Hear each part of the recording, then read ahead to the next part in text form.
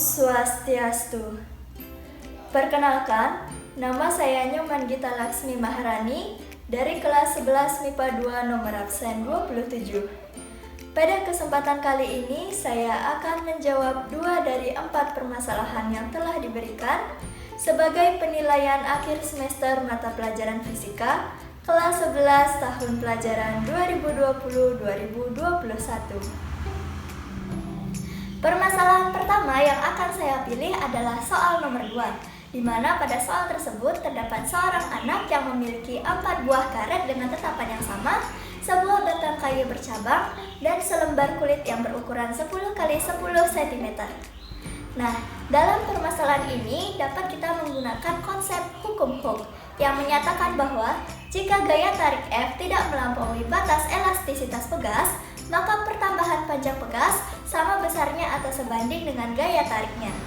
Nah, hukum Hooke ini dapat dirumuskan sebagai F sama dengan K kali delta X, di mana F adalah gaya yang diberikan dengan satuan Newton, K adalah konstanta pegas dengan satuan Newton per meter, dan delta X adalah pertambahan panjang dengan satuan meter. Permasalahan ini dapat kita logikakan bahwa untuk membuat sebuah ketapel yang nantinya dapat menghasilkan lontaran batu yang sejauh-jauhnya, maka kita harus memperhatikan 3 hal. Yang pertama adalah pertambahan panjang pegas atau karet yang digunakan, yang kedua adalah gaya yang diberikan, dan yang ketiga adalah luas permukaan batu atau kerikil yang dilempar. Nah, karena pada permasalahan ini yang ditanya adalah kerangka dari ketapel itu sendiri, maka kita hanya memperhatikan pertambahan panjang dari pegas atau karet yang digunakan. Karena pegas atau karet merupakan komponen yang berasal dari ketapel dan bukan merupakan gaya yang berpengaruh dari luar. Untuk membuat sebuah ketapel, kita bisa menggunakan susunan atau pemasangan dari pegas atau karet. Terdapat 3 buah susunan. Yang pertama adalah susunan seri, susunan paralel, dan susunan campuran. Untuk solusi dari permasalahan ini bisa disimak pada video berikut ini.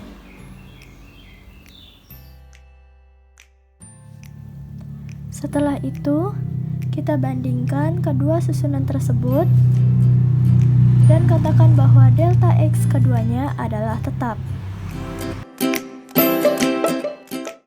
Lalu kita analisis susunan yang mana yang nantinya menghasilkan lontaran yang jauh. Untuk susunan paralel didapatkan hasil delta X sama dengan F per 4K. Di mana apabila konstantanya besar, maka gaya yang dihasilkan pun akan besar, sehingga lontarannya akan semakin jauh. Selanjutnya, pada susunan campuran didapatkan hasil delta X sama dengan F per K.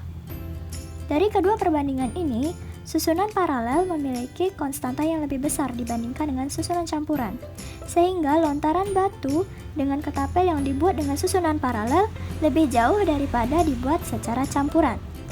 Jadi, dapat disimpulkan bahwa agar anak tersebut memperoleh lontaran batu sejauh-jauhnya, maka rancangan ketapel harus dibuat dengan susunan paralel seperti gambar di bawah ini. Selanjutnya, permasalahan kedua sekaligus permasalahan terakhir yang saya pilih adalah soal nomor 3, di mana pada soal tersebut terdapat sebuah kendaraan Formula One di sirkuit Monaco yang mampu menghasilkan downforce yang besar sehingga tidak akan terlempar apabila menikung dengan kecepatan yang tinggi. Untuk memecahkan permasalahan ini, kita perlu memahami konsep asas Bernoulli. Asas Bernoulli menyatakan bahwa jumlah tekanan, energi kinetik per satuan volume, dan energi potensial per satuan volume selalu bernilai sama pada setiap titik di sepanjang garis lurus. Dalam hal ini, konsep asas Bernoulli yang berkaitan dengan permasalahan tadi adalah gaya angkat pada sayap pesawat. Antara gaya angkat pada sayap pesawat dan gaya downforce pada sayap F1, dapat kita logikakan bahwa prinsip kerja downforce pada sayap Formula One sama dengan prinsip gaya angkat pada sayap pesawat, namun berkebalikan. Jika sayap pada pesawat berguna untuk menaikkan gaya ke atas sehingga pesawat dapat terangkat, maka sayap F1 berguna untuk meningkatkan atau membuat gaya tekan ke bawah atau downforce lebih besar, sehingga mampu menekan ban depan dan ban belakang. sayap pada F1 mampu menciptakan perbedaan dalam tekanan dan menghasilkan daya tekan ke bawah yang kuat. Untuk lebih jelasnya, silakan simak video animasi berikut ini.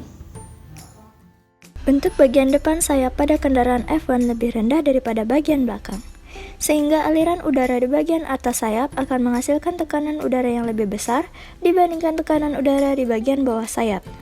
Hal ini dikarenakan kecepatan aliran udara di bagian atas sayap lebih kecil dibandingkan dengan kecepatan aliran udara di bagian bawah sayap. Hal ini berefek akan menghasilkan gaya ke bawah atau downforce. Jadi dari permasalahan ini dapat disimpulkan bahwa downforce merupakan salah satu penerapan dari asas Bernoulli yang memiliki prinsip kerja yang berkebalikan dengan prinsip gaya angkat pada sayap pesawat. Downforce sangat dimanfaatkan pada kendaraan Formula One, terutama ketika balapan, karena membuat kendaraan beserta penumpangnya tidak akan terlempar saat menikung dengan kecepatan yang tinggi. Baik, sekianlah video dari saya. Mohon maaf apabila terdapat kesalahan. Saya tutup dengan menghaturkan Parama Santi. Om Santi Santi Santi Om.